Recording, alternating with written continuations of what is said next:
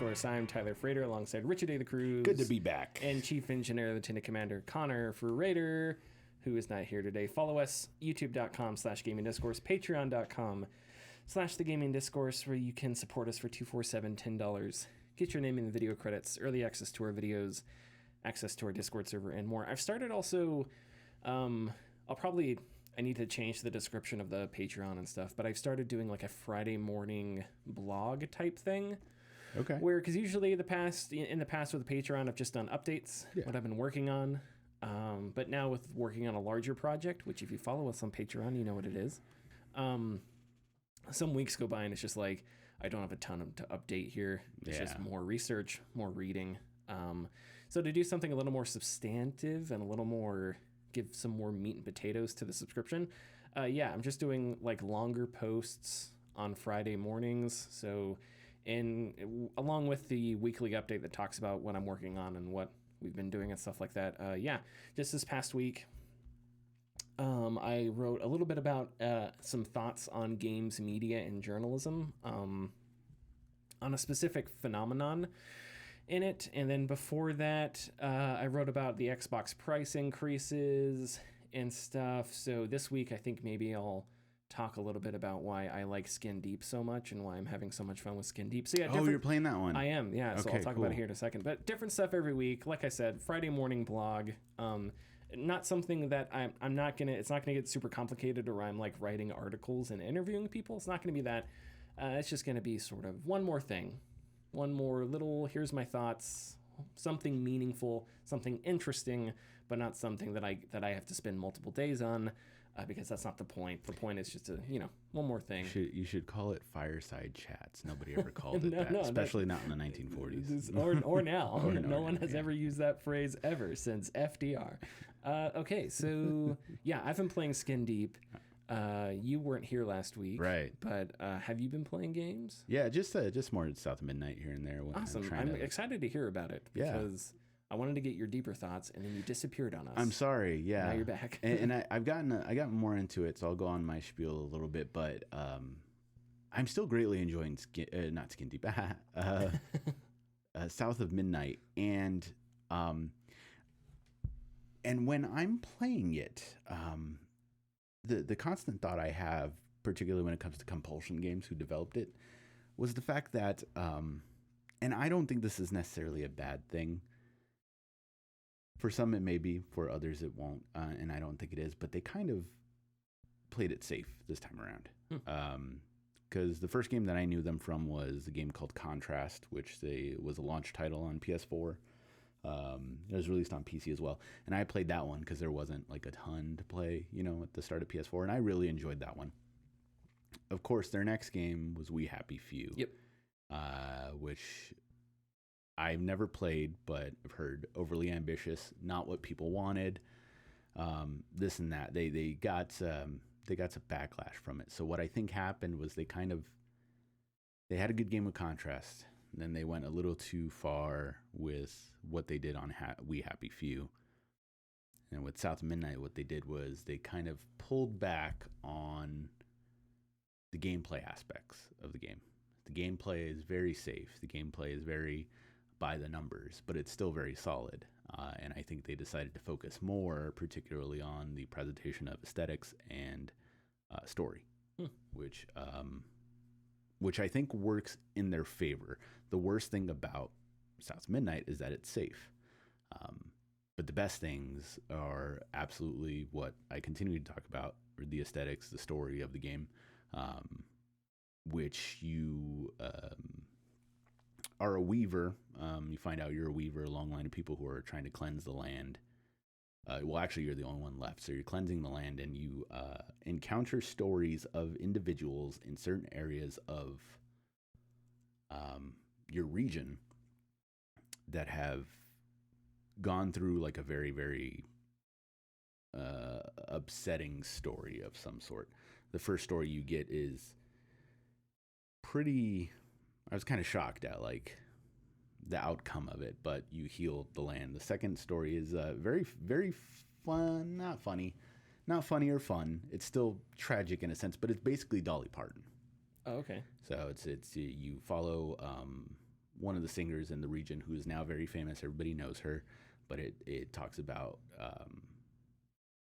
what she had to do to get where she was. And the game right at the start, I can't remember if I said this last time, the game right at the start gives you a splash screen, and it tells you that the game is essentially all about like forgiveness and all about like like finding the things you need to heal like oneself. And so they kind of lean hard into it. And I don't think like the second part that I just finished was it was kind of one of those justifiable means to an end type things, but the character from it affected them so much that they decided to change as a person and kind of like do what they feel is right to kind of heal that mend. So I'm still going through it. The humor is really nice, and it's very, very subtle. Not too many laugh out loud moments, but it's just very, that's endearing. It's cute, it's endearing. And there are certain, my wife was watching me play, and the character Hazel, she's in this kind of, it's not necessarily a new world. She just sees the real things. And my wife was watching it, and she was seeing how Hazel was reacting to things. And she said, oh, well, I would be a lot more freaked out by something like that. And I immediately said, well, that's a problem, isn't it? Because you can't have it one way or another. Because if you have a person, and I think it mostly depends on the writing, but if you have a person who freaks out too much, you may get like a Forspoken situation. Yeah. To where it's like, well, they're being overly freaked out by this. And it's like, well, no, like in Forspoken, like, yeah, she goes from a city and sees a dragon, and it's like she's an urban, Yeah, like in reality, somebody would lose their mind. Yeah, a kid from the street, she's forgetting. But it's like if you're telling a fictional story, you have to, you're past that, you're over it, hit the ground running. Now it's time to tell the story and have fun. Whereas Hazel has this like more reserved, like, is this actually happening? What's going on? And so it's kind of more subdued, and I think it works better. But once again, it kind of comes down to the writing and the two different types of stories that they are.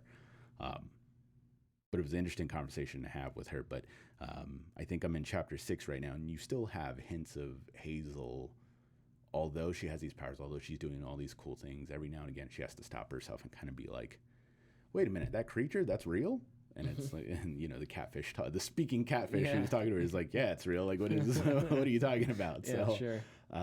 So it's very, very incredible to see like the kind of world they built around all of these, the mythos of like the South, which is very funny because I think it's topical. I haven't seen the movie yet, Sinners. No, I hear great things. But Ryan Coogler, right? Right, Ryan Coogler, yeah. But from what I've heard, they do talk about spirits in that film. And they're called haints, and they're called haints, and because that's what they're called. But they use the word haints in South by Midnight, so it's kind of like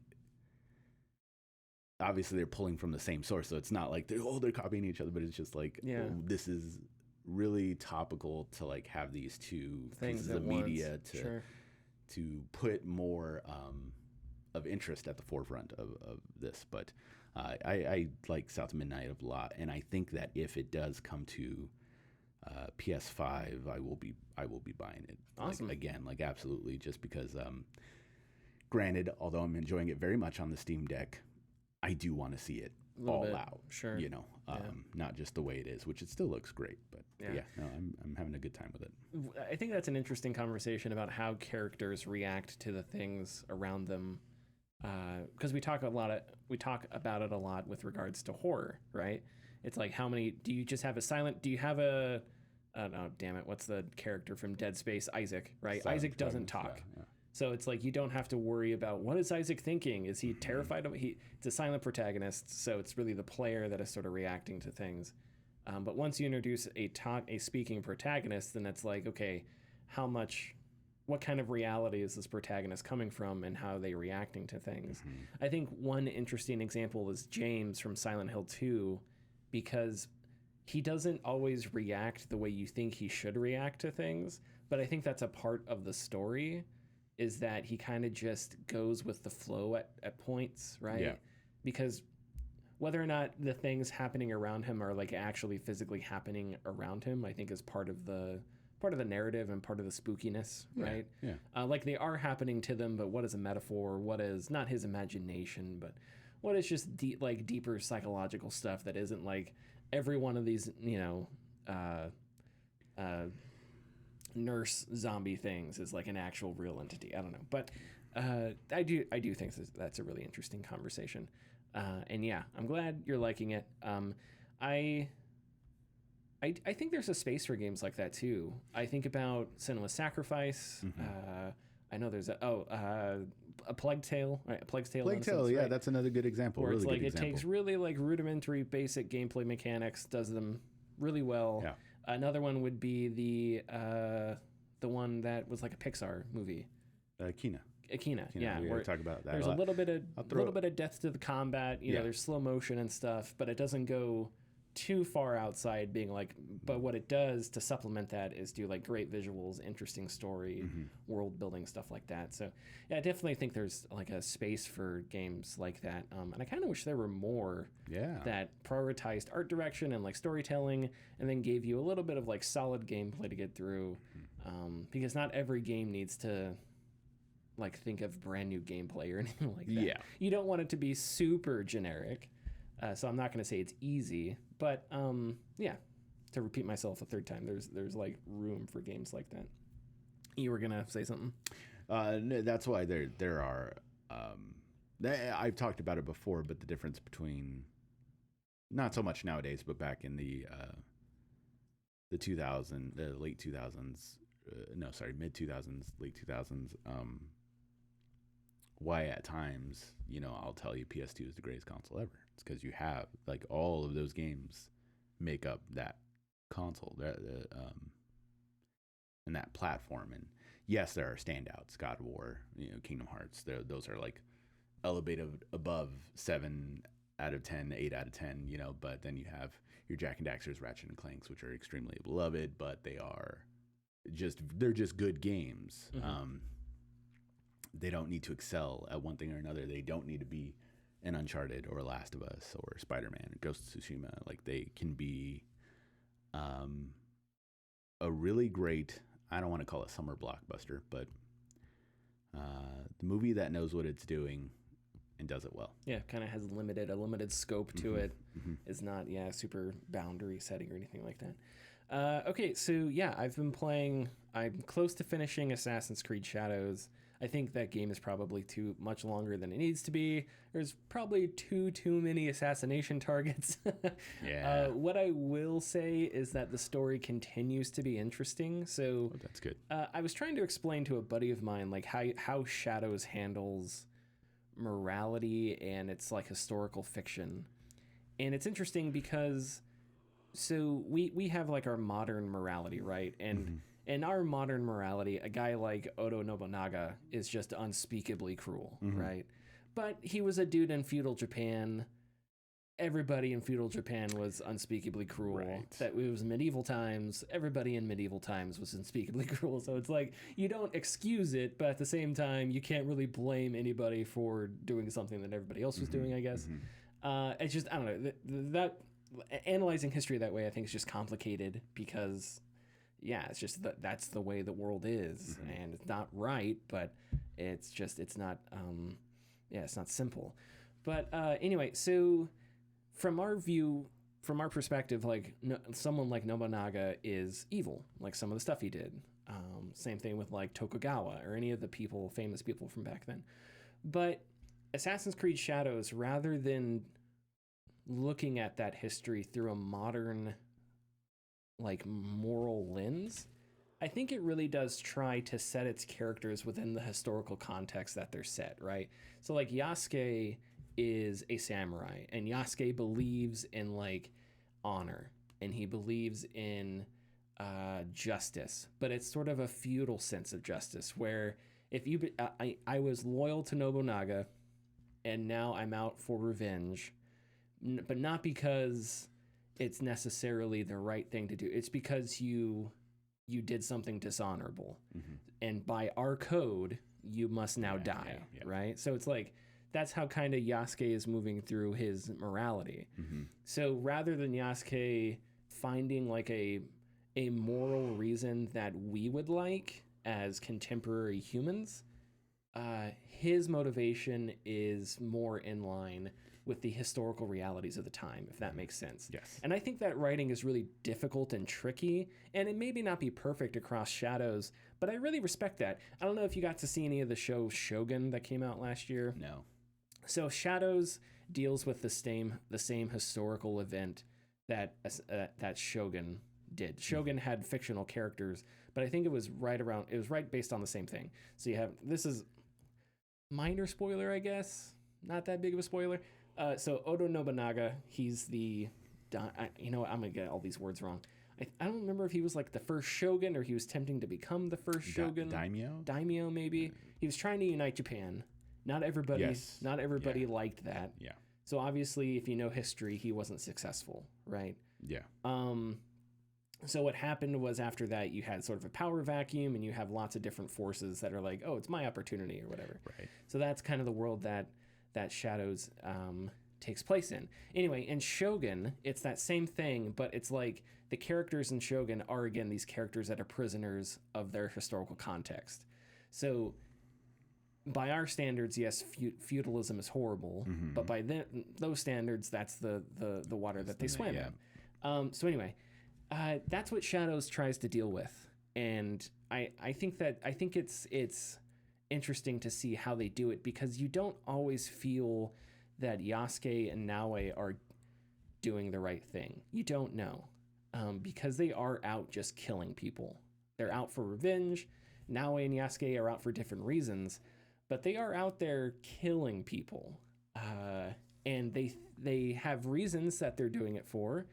Naoe will say, we do it for the people. Mm-hmm. Yasuke's, it's because of honor, you know. So it's like, but are the people that they're killing, are they doing anything worse than they're doing? It's kind of, you know, it's not always clear cut, like if the assassinations are actually warranted or not, which I think makes for some interesting thought about the characters and what they're doing.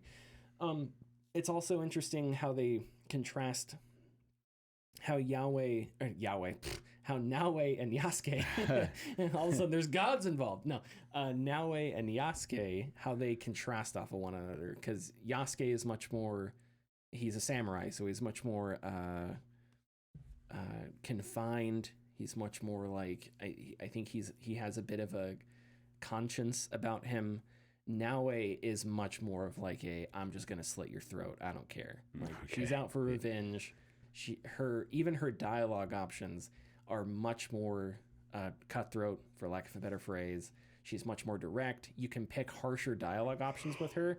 So like some dialogue options are, there's no such thing as justice, or something like that. And it's actually really interesting, because sometimes you'll get into a conversation and Naoe and Yasuke will both be there, and you can answer a question either as Naoe or as Yasuke. Oh, so you can like not interject, but like you can choose who makes the so each one has a dialogue option. So not only are you picking a dialogue option, you're also picking like which character you want to speak in this situation. Yeah. Which is really cool, I think. So yeah, Shadows is pretty ambitious. I think it does a good job with those ambitions. But yeah, it is a very big, very unwieldy game with a huge world and tons of side quests that I'm not going to get to, and right now I just have to finish it. So it's like, so I'm mainlining it at the moment, and then once I mainline it, I'm going to try and get some of the other like personal quests out of the way, and then be finished with it, because there's other stuff I got to play. Yeah, I've also been playing Skin Deep, which is a whole lot of fun. Skin Deep is one of those games that thus far I've been playing, and it's one of my favorite games this year. I think it's going to be one of the best games released this year. And it's also just like, it's just oozing with personality and silliness and creativity. Yeah. And everywhere you look, there's something funny. I don't know if you heard me talking to Connor about it, or I don't know if I've talked to you about it, but no, so I heard another podcast talking. Yeah. So it's basically it's a survival roguelike well, it's thing. well, I would say I would say it's similar to like a immersive sim, which is a thing that I hate. But you're on a spaceship. Yes. There's guards. Mm-hmm. There's a million ways to take out the guards. You work for a corporation that is owned and operated by cats. Doesn't ever explain why. Don't matter. It's very cute and funny. And instead of them like getting cats to like cat sound effects, it's just people saying meow. Like it's very cool. Very slapstick, very silly. But the more I play it, it's just such a joy to not only like go through its levels and find funny ways to do things, but also make plans. Like I think I was telling Connor last week, so you go to each level is like a spaceship. Yes. And the spaceship is the level. So it's got doors and airlocks and you can manipulate all these things. But so I was on a spaceship that was a library, right? And the library has these book check sections where if you walk out without a checked book, it'll zap you, right? So it only happens if a book goes through this checkpoint. So you can toss books, and if you toss a book through the checkpoint, it'll zap. Yeah. So it's like obvious thing is wait for a guard to walk through it, throw the book, and it zaps the guard, and it's very funny. There was another thing where you get these grenades that are hack grenades. So if they hit a piece of equipment that the pirates are using, it then becomes yours. So the pirates put these turrets on the ship, and if a combat alert happens where you're spotted and they start hunting you, the turret activates and starts scanning for you.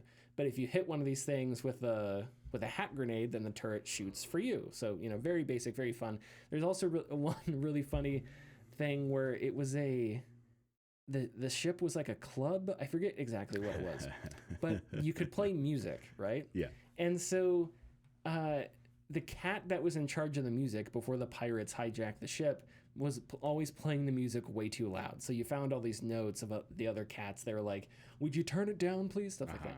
So anyway, after I took out all the guards, I was like, I didn't play any music. I'm going to check this out. So I put in some music and I was like, oh, okay, this is cool. And I found a music that I liked. And then what happens is once you rescue the cats, you put them into an escape pod and then more pirate reinforcements come.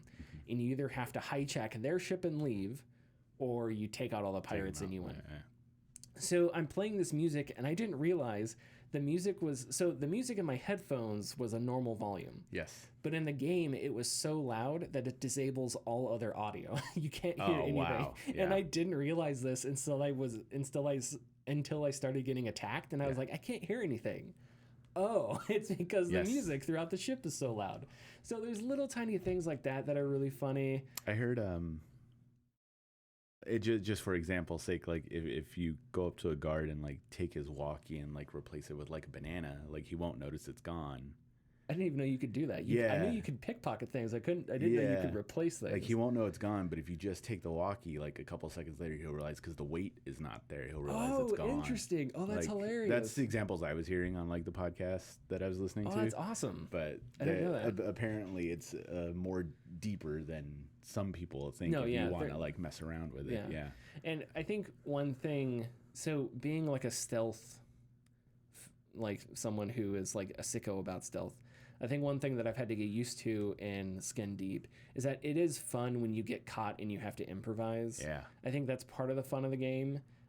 Because even if you get caught, you can still sort of, if you find a radio, you can call off the search. It's really funny. I was talking to Connor about this last week, but like, in Metal Gear Solid 2, if you knock out a guy and one of the guards will be like, guard 4, report in or whatever. Yeah. In this one, it's the same thing where if you take out a guard, you grab a radio. And then if they get suspicious, the guards are like, hey, everyone, something suspicious is going on. Yeah. We're doing a roll call. And so like all the guards will report in. And once it gets to the guard that you took out, the main character's name is Nina. If you have a radio with you, when it gets to that guard's turn, you can have Nina report in.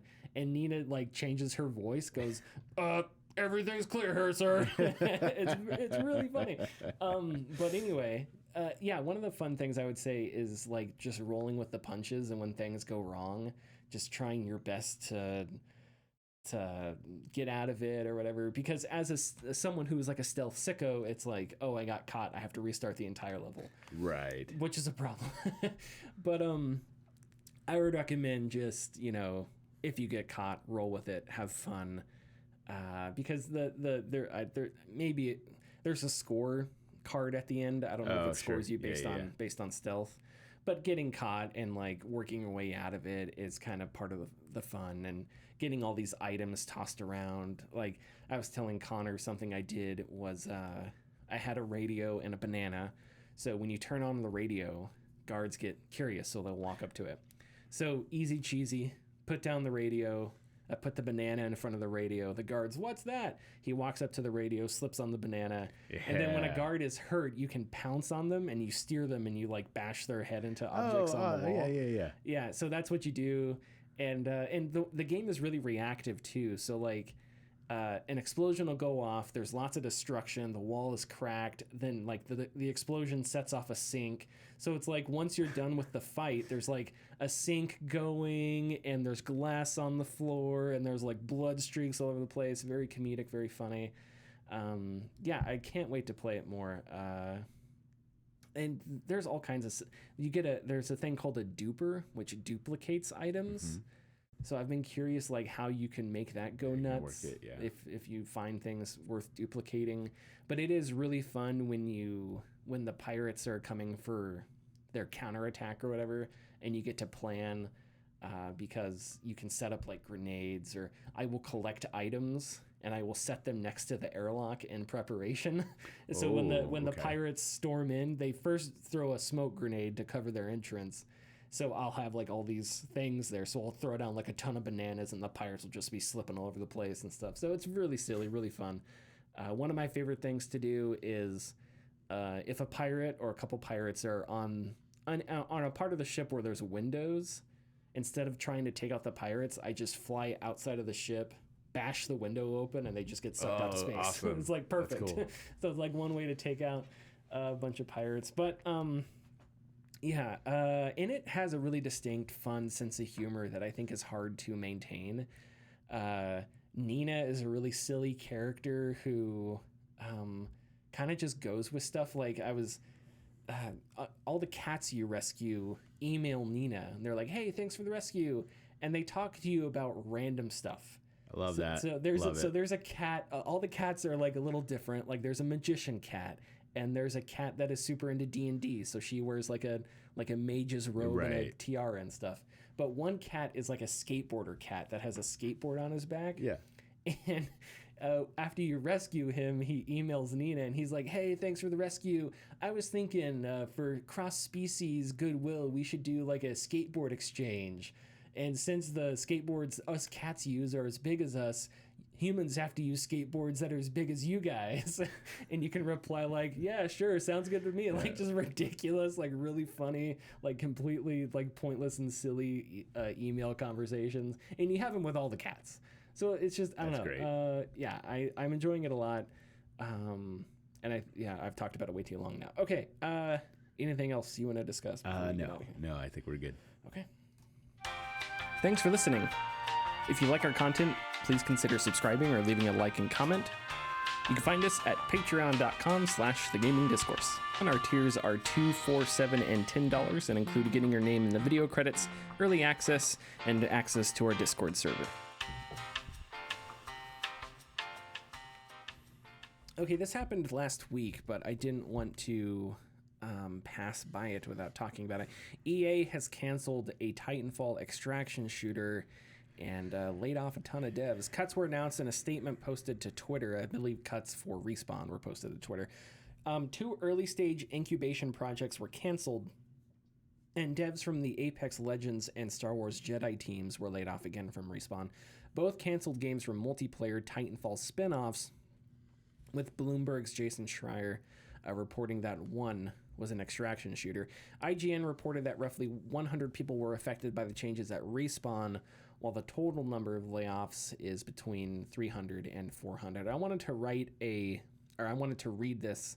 Rebecca Valentine at IGN wrote a tidy little summary here. Quote, "These changes continue a trend at EA of canceled projects, layoffs, and restructuring that's been going on for several years now.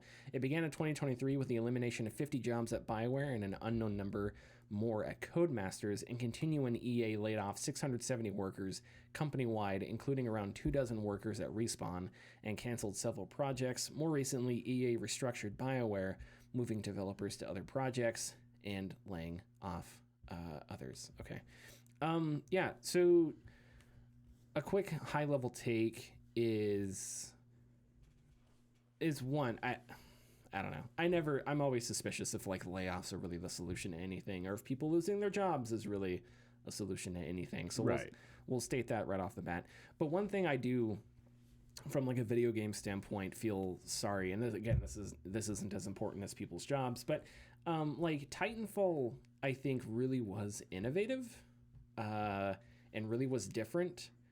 And we don't have really anything like Titanfall today at all.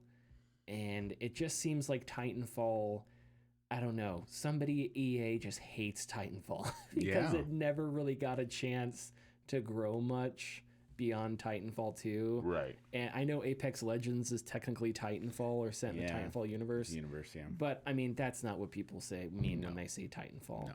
So it's too bad, because a series that genuinely was innovative, right? It was an Xbox One launch title, and it had controversy, silly enough, because it didn't have a single player. Of course, today that's quaint, considering some of the stuff that goes on today. But when you look at like launch games or games that are around launch, I don't remember if the Xbox One launched with Titanfall or not. Like that's a pretty innovative shooter that releases alongside or close to alongside a console. And that's got to be one of the better like early releases for a console, I think, maybe ever. I agree. At least the multiplayer, again, outside the controversy of the single player. But yeah, what do you think? So I'm very like curious. After something like this happens, it's obviously not. We've been dealing with these stories what feels like every week since we started. Since not just we started, more since COVID, but. EA, it's not like we don't know what these guys are up to. EA, Activision, anybody who has a live service game, it's like that's kind of what you want to focus on. And at what I do for a living regarding selling old video games and stuff, talking to gamers every day, you're starting to see like the plates shift. As far as like what goes on, and EA particularly still continues to have their eyes on the short-term game and not the long-term gain. And we talk about, or you hear online about people who are like hoping for another video game crash, and I don't think it's going to be a video game crash. I think it might be like a publisher crash. At least to the point where like EA, like, and some of these companies might lose a lot more money than they hope for, because they keep trying to chase the next big thing regarding how much money they want to make. And they aren't seeing that games like South of Midnight, Expedition 33, even to a lesser extent, Oblivion remaster and the Gears of War remaster that was just announced are all $50 less titles. Yeah. And those, at least Expedition 33 sold at gangbusters. And it's the signs that people want an actual game, and they don't want something they have to keep feeding money into and not getting anything out of it. And so it's the snake is kind of eating itself now. Yeah. And it sucks that we have to hear about another story regarding layoffs, but they're laying off people who are more than important to what could be the future of their publishing. And yeah, there's a lot of different angles to this that I find interesting. One is is that, you know, EA reported that it's FC numbers, that it's now it's no longer FIFA, it's now EA FC, whatever. The numbers weren't great, and they had to restructure their guidance or whatever for the next year or whatever, because the numbers came in lower. And of course, Andrew Wilson's famous quote about Dragon Age not being live service, and there were people that interpreted that differently, but I think that's basically what he was saying. Right. So what I think is interesting about that is I don't know. I don't think we're at a point where EA is in like a leadership change position. Because I took a look at the stock price. The stock price is still going up relative to like a couple of years ago. So I don't know if you want to say that it has like, if the stock price, how it's done in the past few months, but with regards to like the past 4 years, I think generally it's still up. Yeah. It's not rocketing, but it's like, on average, it's doing better than it was between like 2018 and 2020. Andrew Wilson has done a good job at that, of raising that since he took over for John Riccatello. But so I don't think we're at a point where it's like this is going to be a major shakeup like that, because it seems like we keep getting bad news about Electronic Arts. Yes. But one thing that I do think is going to be big for EA's future is the next Battlefield. Whatever they're going to do with UGC, because right now it seems like user-generated content, because everybody sees the numbers that Fortnite and Roblox pull in, and so they're like, okay, rather than, you know, like you suggested, making games, trying to create a midpoint title where $30 to $60 games somewhere in there. Instead of doing that, it's how do we do Roblox? Yeah. And my theory is that that's kind of what the next Battlefield is going to try and be, right? That's a good point. That may be wrong, but I haven't seen any evidence of it, and it's total speculation. Yeah. Is the idea, especially with the thing that's going on now called Battlefield Labs. That's right? what it was called. Yeah, I was trying to think of what it was called. So it's like, why not? So I think the idea is, what do we do with our Battlefield franchise? The last one was really bad. It's been up and down. Why don't we kind of turn it into our own version of Roblox? And they already kind of did that with their, where you could like customize Battlefield and you could do like German soldiers. I forgot what that was as well, but yeah. Yeah, they kind of already did that. So I feel like that's the natural progression into UGC, is take the Battlefield series, and that's what you do with it. And that becomes your like next big thing outside of sports games, right? Yeah. With regards to BioWare, Mark Dara, I don't know if you saw it, he released a video talking about 2007. Really interesting video, where he gets into how 2007 changed. In his mind was like 2017, I'm sorry. Oh, 17, okay. It was like the biggest year of change at BioWare. And he talked about Anthem, he talked about Casey Hudson coming back, and something that Mark Dara sort of repeats in a lot of his content and told us, because we interviewed him once, is that EA is good at making sports games. They are not good at figuring out how to handle BioWare, because BioWare is just not Madden. It's not FIFA. But sorry, go ahead. But those things like Madden, FIFA are not different every year. But the thing is, you can't expect the things BioWare to be good at to be as big as Madden. It's ridiculous to have those expectations. Those expectations. Now EA is going to have those expectations because number go up good. So it's like they're not about trying to come up with like reasonable things. But so on to BioWare. I think I don't know what BioWare's future holds or Respawn's future holds, but I think if there's a big change coming at EA, I really hope it's that they figure out how to move BioWare to somebody else. I never like consolidation, but honestly, if tomorrow news was that Microsoft bought BioWare away from EA for like $2 billion or whatever, I would be okay with it, as much as I hate Microsoft getting another studio, just because EA has done nothing but slow that company down and sort of run it into the ground. And here we are, and now it's like the next Mass Effect is BioWare at this point. I don't think they're working on Dragon Age. We may never get another Dragon Age. Yeah, may never, unfortunately. And the next Mass Effect is going to have a ton of pressure on it, because that's the only thing that the studio is working on. Where at one point the studio had BioWare had like multiple teams doing Mass Effect and Dragon Age and Star Wars, but now it's just like a one thing. So if that Mass Effect comes out and that's not great, that's going to be a decade where BioWare hasn't had a huge critical hit. Right. Now, I think there's a debate as to whether or not Dragon Age, how poorly Dragon Age actually did. Because again, I don't know, Dragon Age has like 30,000. If you go to its Steam, and I know this isn't a scientifically perfect way to do things, but if you go to Steam, it has like 30,000 reviews. Yeah, it's a lot. Which, I don't know, seems like a hell of a lot for a game that apparently nobody played. Apparently, yeah. You know, like Avowed has like 10,000 reviews on Steam. And Jeez. and usually and I'm only saying that because Avowed is another big game that seems to have done fine, but you don't see Phil Spencer saying we got to get rid of Obsidian. I mean, so the only reason I bring this up is like, I don't know, if Dragon Age Veilguard really did as bad as like I think EA says it's doing, that seems to contradict that. Again, it's unscientific, and I don't doubt that Dragon Age Veilguard maybe didn't perform as well as previous Dragon Ages, but like, did it do so poorly that it's a part of a problem for Electronic Arts financially? That is the thing that I'm like skeptical about. So yeah, there's, I don't know, there's a lot that I'm interested here about. I think Respawn as well. Like, I don't know. I feel like Respawn, and I know Respawn, we've talked about this in the past, how like Respawn has a little more autonomy apparently. I don't know how much truth there is to that, or if that's still true today.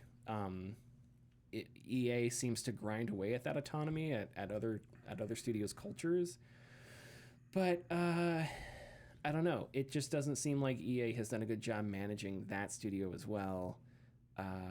So maybe I don't know. Maybe if they went somewhere else, they'd find it better. But I think BioWare is like the studio here that if Electronic Arts doesn't know what it's doing and it's reshuffling and why not just divest and give it to somebody else at this point? Sure, yeah. Because I feel like I don't know,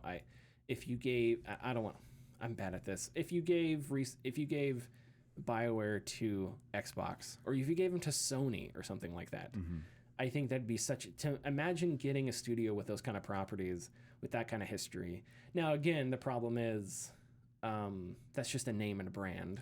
Yeah. A lot of the legacy, Mike Laidlaw, Mark Dara, the old devs, the old guard. Yeah, they all left. And I think a lot of that was because of the mismanagement by EA. So what is that, is BioWare anymore? I don't know. I'm just speculating now. But there's good things to speculate about, because those are arguably the reasons why we got those games. Yes. Yeah. It's sort of BioWare's like best games. Yeah. And the thing is so weird, man. Like it's not like BioWare did a slow decline. It's like Dragon Age Inquisition, good. Yeah. And then it just stopped. And then after that, it was just Mass Effect Andromeda struggled and was bad. And then Anthem. And who knows why Anthem happened. Well, there's many reasons for that. Many reasons, yes. And then Anthem kind of threw a wrench into Dragon Age, right? Yes. And then Dragon Age Veilguard happened. So it's just like, and I don't remember if there was a game somewhere in there. They were working on Star Wars, The Old Republic in there as well, because I don't think they sold that off until later on. Which is strangely still going strong. Yeah, whoever they gave it to.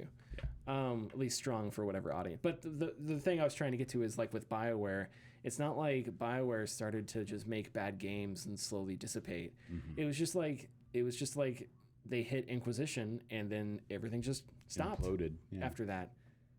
And that's too bad. It's almost like a company bought them a few years before Inquisition and then ran them into the ground after Inquisition. I don't know. What company would that be? Anyway, is there anything else you would like to say about this? Unfortunately, no. Yeah. Okay. Again, the major thing is that, I don't know, it's just more talented people that are laid off. And I don't know, and sorry, another bit of a rant here. I don't know if you saw in the news today, but like WB. Yeah, I did. Was see like that. complaining about Suicide Squad. Yeah, it was like 50% like down or something. Yeah, they lost a lot of money, and there's a lot of different reasons and whatever. But the thing that I'm always curious about is like, okay, well, who made these decisions, right? Right. Like Anthem. Like, I really wish. I know it's not always that simple, but I don't know. The people that have lost their jobs since Anthem came out from BioWare, were those people really responsible for the Anthem debacle? Mm-hmm. I don't know, man. I hate to be this guy, but I really do think about sports a lot, because it's like in sports, when a team struggles and when they suck for a long time, the people that get fired are the people that are in charge, Yeah. the GM and the head coach. And usually the owner should be fired too, but the owners are rich, so that's part of the systemic problem of pro sports. But sometimes owners get fired if they say something racist enough or do something disgusting enough. Dan Snyder or whoever else. But anyway, so it's like in video games, executives make boneheaded decisions. They pivot companies to do things. They pivot studios to do things that they shouldn't have to do. I don't know. I'm going to go ahead and say that I don't know if it was a good idea from the get-go that Rocksteady should work on a live service game. Their strength was single-player Batman games. They made 3 really good single-player Batman games. Yeah. You may not like the third one, and that's fine, but it's like across the board, those were all really solid single-player games. Yeah. So that's what they're good at, right? Yeah. So why transition into a live service game? Force them to do something else. And like whose decision was that? And how come the people that didn't sort of bring about that decision, why aren't they facing these consequences? I don't know. I know it's complicated. I know you can't always pin the blame on one person. This, as much as Andrew Wilson annoys me, BioWare isn't necessarily his fault in totality. But in the same vein, most of these developers go, it was them, So I don't know. Okay. Are we, sorry. Yeah. Are we done there? Yeah, we can move on. Grand Theft Auto 6 is delayed. The release is now May 26, 2026. Did you watch the cool trailer? I watched the trailer, yeah. We'll talk about the trailer here in a second. Jason Schreier wrote a piece about people trying their best to avoid GTA 6. I just want to read a bit from here again. Jason Schreier in Bloomberg. Quote, for other companies, Grand Theft Auto 6 slipping was cause for panic. One developer working on a big multiplayer game told me that they had previously delayed their release date from fall 2025 to spring 2026. That was mostly because the game needed more time, but also to get far away from GTA 6. Now they're caught in a vice. Delaying their game a second time would be an expensive endeavor, ratcheting up the sales for the eventual release. Then again, trying to come out alongside GTA 6 could be catastrophic. But what if they delay again and then GTA 6 slips along with them? There's no guarantee that May 2026 is a sure thing. The best hope might be to release in March, April, or even May and hope it's not disastrous. In other conversations, people are working on games that are slated for fall 2026 told me they are praying that Rockstar doesn't slip again, or in some cases that it does, so they have an excuse to delay to 2027 and some more time. It's a massive game of 4D chess playing out across the entire video game industry, as business analysts at every major company try to discern whether Rockstar will actually finish the game in time for a May 2026 release date so they can plan accordingly. Okay, so let's do trailer talk first. Okay. And then we'll get into delay and finance talk. As boring as that sounds. Okay, I thought the trailer looked really cool. It does. It does look very cool. The best thing about the trailer is that the first person to speak is 1000% the great Stephen Root, the actor Stephen Root. Stephen Root, famous for Office Space, Dodgeball, Barry. King of the Hill. King of the Hill, thank you. So that's the only thing that should matter is we're getting a Grand Theft Auto with Stephen Root. Unless that's not Stephen Root and it's someone who sounds just like him. He sounds exactly like him. But that man has a voice that is incredibly distinct. So was he in Toy Story too, or? Yeah, I believe he was. Was he one of the? Was he? Maybe not. Yeah, I don't remember either. But anyway, so that's amazing. What are I watched that whole trailer, and I think later on in the day when I was speaking to one of my coworkers, I said something along the lines of, you know what? If I just get a single Grand Theft Auto for every console generation from here on out, that's fine. That's fine. You're okay with that? I'm okay with that.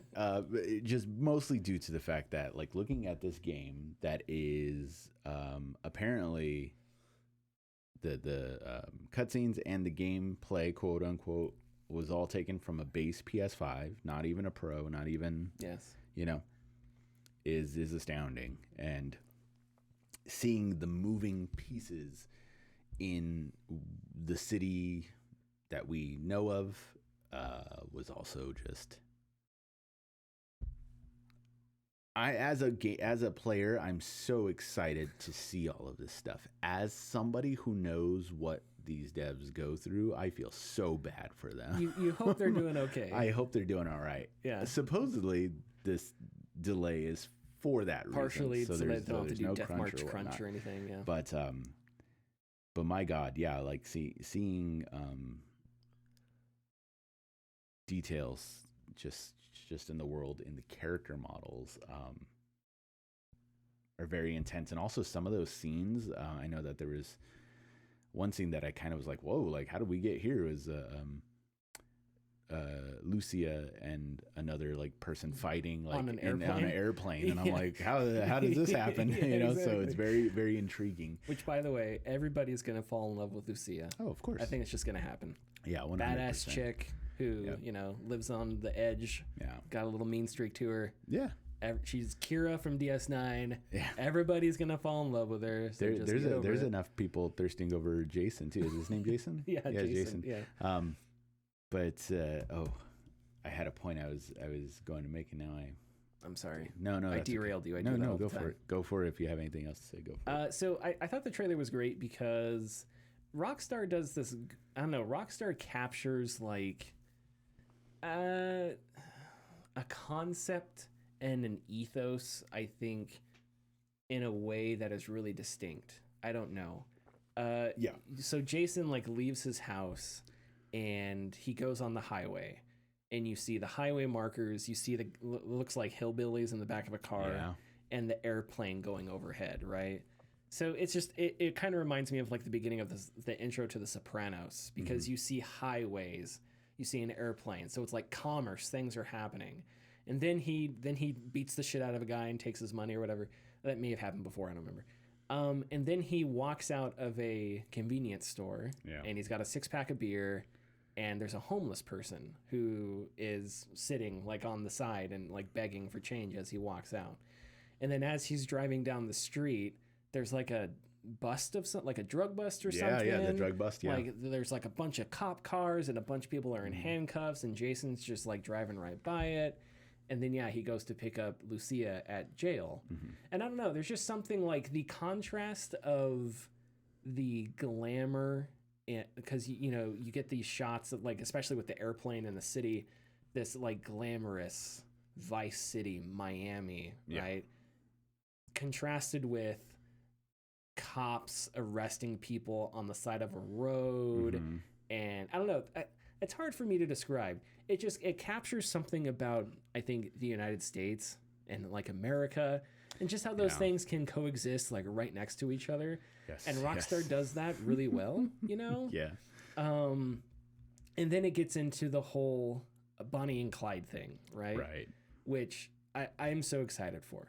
The song is great, and the idea of it being like a erotic crime drama or something like that.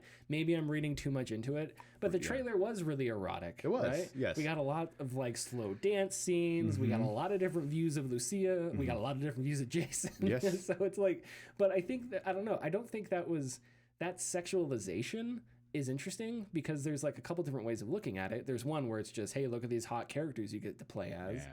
But I also think there's like a romanticization to the, not only are these people in love and they're definitely going to do some stuff, but they're also like into some deep shit. Yeah. And that's really exciting and really titillating. I don't know. Maybe I'm reading too much into it, but that's kind of the spirit I got from the trailer that I really liked. Yeah. And it is one of the more, not uplifting, but I guess carefree trailers I've seen from GTA, because GTA... Most of the trailers I remember were from GTA 4, which were all very serious and dark in tone, because of the story content. The story of 4 is fairly dark, considering. But with GTA 5, it's a little more lighthearted. They leaned a lot into like the comedic elements of like Los Angeles, and how the exaggeration of what people are like over there. This one was also an exaggeration, but more of a like you were saying, I want to go with the carefree type of vibe. Yeah. That because I'm just driving around, and it's there's my people life. getting arrested. But hey, I'm he's here. He's literally got the radio on, listening to like whoever it was. I don't know. It was I don't know who it was on the radio, but and so yeah, it makes me worried.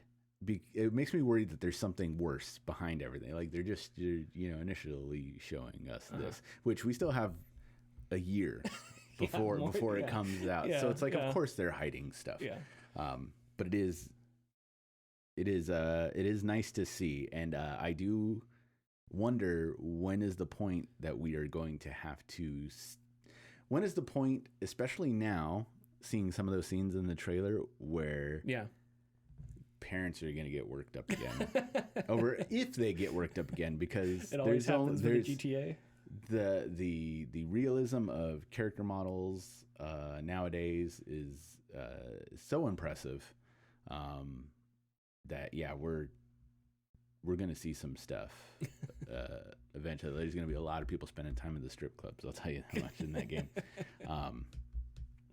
But even then, but going back to the trailer, even though we lost one of the Hauser brothers, because it's Dan and Sam, I think. Yeah, and I don't remember which one, but one of them has a game coming out soon. Dan Hauser left, I think. Yeah. And Sam Hauser is still writing. I think that's correct. It seems like the writing is still sharp.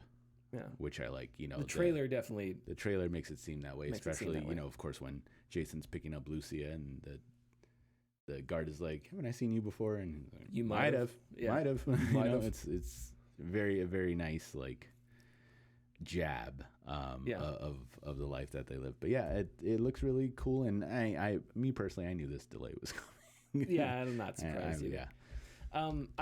Another thing I like about it is it does feel like it's headed toward a tragedy. Yeah. And you knew that about Red Dead 2 because you already played Red Dead 1. Yeah. So everybody knew, where's Arthur? Yeah. Okay, well, we all know what's going to happen. So, and I think maybe, who knows, maybe after going through Red Dead Redemption 2, they were like, we could do tragedy again, and we could do a thing where it's like a couple in love, and if you, I don't know, again, I'm reading too much into the trailer, but hey, everybody is, so whatever, sue me. Yeah. But like Lucia sort of, she seems to be the one who is a little more aggressive when it comes to taking chances. Yeah. I don't know. Maybe I'm reading, but again, there's that scene where she's like, "This is just a start for us." Yeah. And in the first trailer, you know why you in here? Bad luck, I guess. Yeah. Right? Like, she's just kind of, she's maybe a little more aggressive. She doesn't like taking responsibility for things. I don't know. Jason is also a bad person, but he's kind of whisked away by this woman that he's in love with. Now I'm just writing fan fiction. I'm sorry. But no, yeah, I'm excited. Anything else we want to say about the trailer, and then we'll talk about the delay a little bit? No, because I myself, I hate knowing it's a year out. Like, I hate trying to talk about stuff. I know there's going to be a trailer that comes out, and it's like, oh, it's completely different from everything we thought. It's going to be an A24 type trailer with a slow down song, and like the worst things are happening to these people. So. Hey, what I do know is Stephen fucking Root is in it, and I cannot wait for Stephen Root to do Stephen Root things. Okay, is it possible that, and I know this is crazy to sound, but is it possible that some people are maybe overestimating how big of an impact GTA 6 will have? In the sense that I'm sure everybody on Earth is going to buy a copy. Yeah. But it's not like people are going to stop buying games altogether. Oh, right. Yeah. Yeah. Like, I understand studios that are like, oh, shit, I don't want to release within a couple weeks of GTA 6. Yeah. I get that. But it does feel like, I don't know. It does feel like people are trying to avoid it by like months and months. Yeah. But I don't know. I feel like people are still going to buy games. And I think a lot of the reaction to, a lot of like the financial reaction to GTA 6 is this idea that video games are a zero-sum game, right? Meaning, and this is something like Strauss-Zelnick says, and other people have talked about, where it's like, people only have so many hours in the day, so games compete with TikTok, or games compete with Instagram. Yes. Now, I think that's a dumb way of looking at games, and I also think that maybe you should sell to the market where it's people that want to play games and don't decide between what do I want to do today, gaming or TikTok. Right. But the idea is like GTA 6 will be so big that all the people that casually play games, but I guess browse TikTok a lot more, will suddenly be much more interested in GTA 6. Yeah. But the thing is, once GTA 6 is over, those people are going to go back to doing the thing that they were doing beforehand. Right. They're not going to all of a sudden stop who they were and start buying a bunch more games, right? Yeah. I think this is also true with Red Dead Redemption. Like, I know people, I had a roommate in college who, very casual gamer, Call of Duty, whatever. But this dude played Red Dead Redemption like every day of his life. It was his favorite thing. But it didn't turn him into like a quote unquote hardcore gamer. If that makes sense? Yeah. So it's like what I'm trying to say is the impact of GTA 6 will be colossal. It'll be massive. Mm-hmm. But I think the idea that it's going to like suck people back into video games and keep them, I don't know how true that is. Yeah. I'm sure it'll be amazing, and I'm sure people will do that. People that do other things except for video games will play GTA 6, but it's like this idea that it makes them more permanent additions to the game market. Mm-hmm. I just don't buy. Yeah, and the other thing is, I think there's a ton of people like you and me, maybe not as many as Strauss Zelnick would like, or other executives, but there's a lot of people like you and me that are like, hell yeah, I can't wait for GTA 6. And in 2 months, this other game comes out. And I'm excited for that too. So it's just like, GTA, 2026 for us is not wait around for GTA 6, play GTA 6, and then not play another game for the rest of the year. Yeah. Like, there's going to be games coming out that we play at all points of the year. And we're sickos, but there's a bunch of sickos. Yeah. So I don't know. Maybe I'm crazy and saying, are we freaking out a little bit too much? But at the same time, it's like, how big is the market going to change? Yeah. And again, I'm not saying that don't worry about it, release your game, same day and time as GTA. I'm not saying that. Obviously, you don't want to compete with it, toe to toe. Horizon does. Yeah, sure. Horizon 3 does. But within like a couple months, within a month, within a few weeks, I think you'll be okay. Yeah, there are. We said it many times. Hype is very powerful, and you will get that person who.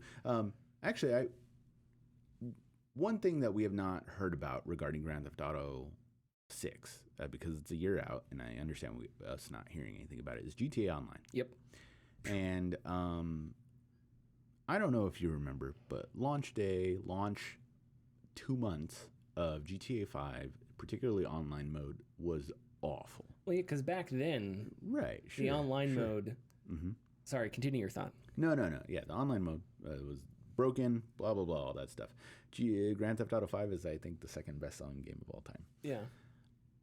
If you're going to have that many people, presumably, I doubt it, buying Grand Theft Auto 5, and if online will be available at launch, having that many people try to jump online, there are people who are very impatient and will just like, screw this, I'm selling it, because that's all they wanted to do is online, and that will drop off and they'll go back to what they were doing originally. Yeah. I think there will be like this ebb and flow for the continued stay of GTA 5 for at least the first month. But, you mean 6? 6. I'm sorry. Yeah. Yes, thank you. 6. But yeah, I mean, people are just scared because nobody else will talk about their game in that time. Yeah, and that's it. That's a good point. The other thing is like the press reaction to it, right? Yeah, because the day it comes out, it's going to be, here are things we wish we knew. Here are 5 things to unlock. Here's where the super shotgun is located. Right, all those kinds of stories, which is fine. But it's like, how long is that going to extend for? Mm-hmm. If you remember, I remember when Baldur's Gate 3 came out, it was like there was 2 weeks where PC Gamer, it was just Baldur's Gate 3 stuff. Yeah. And I don't necessarily think that's wrong. It was the same thing with what's the game that there was another major game that came out before Baldur's Gate 3. I can't think of it now. Oh, Elden Ring, right? Oh, right. Remember when Elden Ring came out? It was hey, forever. Where do you find this boss? How do you defeat this boss? What's the puzzle here? Where's the hidden wall here? Right. So it was all those kinds of stories. So that dominated the news cycle. So there is that angle to it that I understand. But even then, it's like I don't know. Even if that lasts a while, is that going to is it going to be as massive as people expect it to? I don't know. Maybe I'm dumb. It'll be massive. It will be. Yeah. Okay. I think that's everything I wanted to say on that. Real quick, an update on Giant Bomb.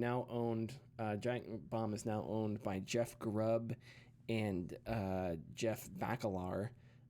Last week, after the hosts of the Giant Bomb podcast joked about fandom's brand safety concerns, the podcast was taken down, streams were paused, and a few of Giant Bomb's members said they weren't at the company anymore. Well, during PAX East, Fandom and Giant Bomb released a joint statement saying ownership of Giant Bomb is now with Grubb and Bakalar. Just reading from the statement, quote, Giant Bomb is now owned by the people who make Giant Bomb, and it would not have been possible without the speedy efforts of Fandom and our mutual agreement on what's best for fans and creators. The future of Giant Bomb is now in the hands of our supporting community who have always had our backs. No matter what. Okay. So that's good. I'm not a huge Giant Bomb. I listen to Jeff Gerstmann's podcast, but yeah. I don't follow Giant Bomb all that closely, although maybe I should. It's not because I have anything against it. It's just not a part of my media diet. Yeah. But I did want to say did you have any high level takes here on this at all? Do you follow Giant Bomb? I don't. I've always very much respected Giant Bomb. Ever since the start, Yeah. I go to my own sources, but like Giant Bomb is like there, and I go, "Hey, you doing? Hey guys, love you guys. Yeah, you guys are doing great. Keep doing it. You know." And that's it. But like those who listen and love Giant Bomb really fucking love them, which is great because that's probably one of the biggest reasons why they're surviving right now. Yeah. So I had a big rant about games journalism last week because I think it's all. How dare you? I know it's all kinds of bad problems and stuff, but to put a button on it, I guess what I'll say about this is and I said this last week in some way, it's ridiculous that like giant media institutions seem not to care about video games. I don't know. Fandom is not a giant media institution, but it is a larger company than just Giant Bomb, right? Yeah. It's a larger company that can provide means and capital and resources to a company like Giant Bomb. Jeff Gerstmann's latest podcast, he talked about all the issues he had to deal with when Giant Bomb and GameSpot were owned by CBS and all the hoops that he had to jump through and all the times that he had bosses that didn't communicate things or when he wanted more resources or to hire more people and it just seemed like nobody cared about the video game section that they owned. It's the same thing with like the Washington Post's launcher section, right? You had this section that was doing really good news, apparently hitting its targets, and the Washington Post just closes it down. And so it's like we talk about how games are somewhat stigmatized sometimes. And a part of me feels like I'm afraid to say that sometimes because I don't want to sound like an angry gamer. Yeah. But I do feel like it's kind of true in some regards. Because you have all this great media, Giant Bomb, I talked last week about someone like Jeff Gerstmann, right? This guy who has been covering games since like the 90s, okay? Now, think about writers who have been covering baseball for 30 years. People like Jeff Passan or Buster Olney. These people work at ESPN. They have giant podcasts. They have wealths of knowledge, right? And they're like go-to sources. Tim Kirkchin is like another one that like covers baseball, that knows baseball really well. Zach Lowe is like a really famous basketball podcaster, basketball writer, right? Has tons of institutional knowledge, and there are people that came before him. Well, we don't really have that in video games right now because I think partially because we don't have like the institutions that facilitate all that. We have our Jason Schreiers, but then it's like we have our Stephen Totillos, who again is somebody who has been covering games since like 2008, wealth of knowledge, wealth of contacts, all kinds of right. But he has to work on his own. Yeah. He's independent. Yeah. Same thing with Jeff Gerstmann. It's like Jeff Gerstmann is this guy that, like knows every video game ever made and has a ton of knowledge. If you took his knowledge and made it football knowledge, he could write for The Athletic or ESPN, right? But it's video game knowledge. And so he has to like navigate all this bullshit. And now he's doing his own thing on YouTube. And maybe he's happy doing that. And that's fine. I'm not saying it's like it's degrading or anything. All I'm saying is that in other fields, people with that amount of like experience would have so many more resources behind them. Yeah. And then when you compare the size of the industry, right? How big of a deal games are. We talked about GTA 6 like it was a presidential election. Yeah. Right? And so it's like, what media company owns like a big game outlet that is going to do a bunch of coverage for GTA 6? The Washington Post doesn't. Nope. I'm sure the New York Times may have one or two writers that write up something on it, but It'll be a blurb. They don't have a video games section. Yeah. Right. And man, that just sucks. That's just and that's hurt. It hurts games media because I said this last week. It's atomized, right? So it's like you have Totillo over here, Gersman over here. You've got, I don't know, Ryan Rigney, and you've got Dan Ackerman, and like all these people that write tech or games. They have their own little bubbles, their own little newsletters, and they're doing really tough, really good work. But in order to like hear from them, you have to subscribe to 1,000 different Substacks and YouTube channels, and that's a problem. That's such a problem, which is why places like Giant Bombs sticking around is a good thing, because it's a website that houses all this like content. It's a place, right? We need more of them, and they need to be bigger. But like the solution is not a million YouTube channels with their own Patreons and subscription feeds. I understand. We are one of those, and that's a problem. But there's not much we can do about that. So it's like we're doing what we can, but I don't know. So I don't know if any of that made sense. No, it absolutely made sense, and it sucks because I think about people who I know that were in the gaming industry and they all had to leave. Maybe because they wanted to do something more, but we have known since a very long time that games journalism industry is extremely volatile. Yes. And not just extremely volatile, it's unfortunately unrewarding aside from what you love. Mm-hmm. It's unrewarding in the sense that you can't necessarily live off of it. It's hard to. And there are Jason Schreier's, Jeff Gersman's who do, but a lot of their stuff is supplemented either from writing novels or books. Books, yeah. Or streaming or other forms of revenue, but a lot of people that I have grown up in getting my information from, people like from One Up, like Shane Bettenhausen, Jeremy Parrish, and even Steven Totillo was early Kotaku days. I got a lot of Kotaku or Totillo's still doing it, but he's in a position to where he's kind of safe, you know what I mean? Well, he's on his own. Well, he's independent. Oh, he's independent now. I'm sorry. Yeah. I thought that was the other thing. Axios had a games thing that he ran. Yeah. Axios shut it down for some reason. Right. So you have a guy like Totillo. It's the same case as Gersman. You have it, or same case as I guess Gersman. You have a guy like Totillo who like operates like this big media company that does a little tiny video game thing. Yeah. And they're like, we can't have you anymore. And so Totillo has to go on his own. Yep. And so he's doing amazing work. He is. But he's by himself. He is, but I started laughing because when you're like, you can follow these guys, but then you got to follow their 20 Substacks and whatnot. It's like, I started laughing because the other day, like I got a notification from Substack from Totillo, and I was kind of like, not now, man. And I just because I just didn't want to deal with it. And because you get a million of them. Yes. And I was just like, please, no, Yes. There was another, Jeremy Parrish is a good example. I've always wanted to go back and listen to the Retronauts. It's online, right? It is online. You can find someone before they took it all down, saved it, cataloged all of it.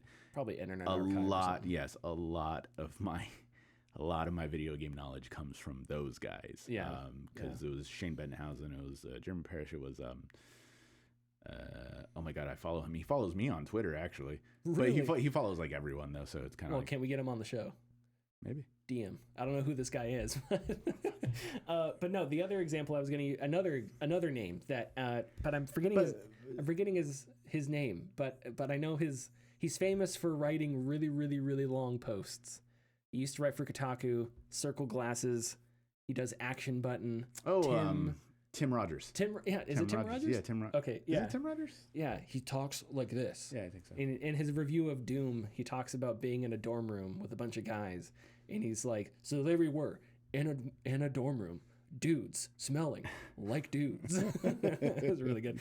Anyway, but he has like action button where he does his own YouTube thing, and it's like, again, this is somebody that if you had a big media institution, you would host their work, and it would be like, hey, look at this person's stuff, it's amazing. It's archived, it's a part of this big institution. Instead, it's on YouTube, you have to find it, and then you have to subscribe, and then you have to subscribe to the billion other channels that are preserving things, and it's not a sustainable way to do this stuff. But anyway, so a member of the Retronauts follows you, huh? Yeah, I mean, he was more of a guest. He was the he was not the editor-in-chief of 1UP at one point. I think he was R.I.P. Yeah, R.I.P. 1UP. But he went on to do game development. He worked with Q Entertainment to do like Luminous on Vita. He was really good friends with Kenji Ino, who passed away, who was the creator of the developer Warp Studios, who made some really wild stuff. He still goes to events and stuff now, but I'm unsure of what his current job is. I think he still does game development. Okay. I forgot what game he did recently. Jeremy Parrish has one of my favorite series on YouTube. He does something called the Works series. So he's done NES Works, he's done Sega Master System Works, Genesis Works, and he goes chronologically. Every game that comes out, he'll make a 10 to 15 minute video about that game. And the great thing about Jeremy Parrish is some people might think he's boring. I love him, but his voice and how he presents it is very NPR-esque. So if you're the type of person who's like, I need to put on something and go to sleep, that's it. That's the one. So, yeah. Right. And then Shane Bettenhausen is one of my favorite guys as well. He went on to one of the publishers. They did El Shaddai, Ascension on the Metatron. It was on 360, and they got a re-release recently. And I think it works for Sony now. Oh, okay. Interesting. Yeah, I need to go back and listen to those. Yeah. I think there's a, you know what, we're spinning out here. Yeah, follow us, youtube.com/gaming discourse, patreon.com/gaming discourse. Jeremy Parrish, Jeff Gersman, Jason Schreier, Steven Tutillo, all coming on next week. Maddie Myers, who else? Cecilia D'Anastasia. We'll just have 10 different journalists on next week. No big deal. Yeah. See you. Bye.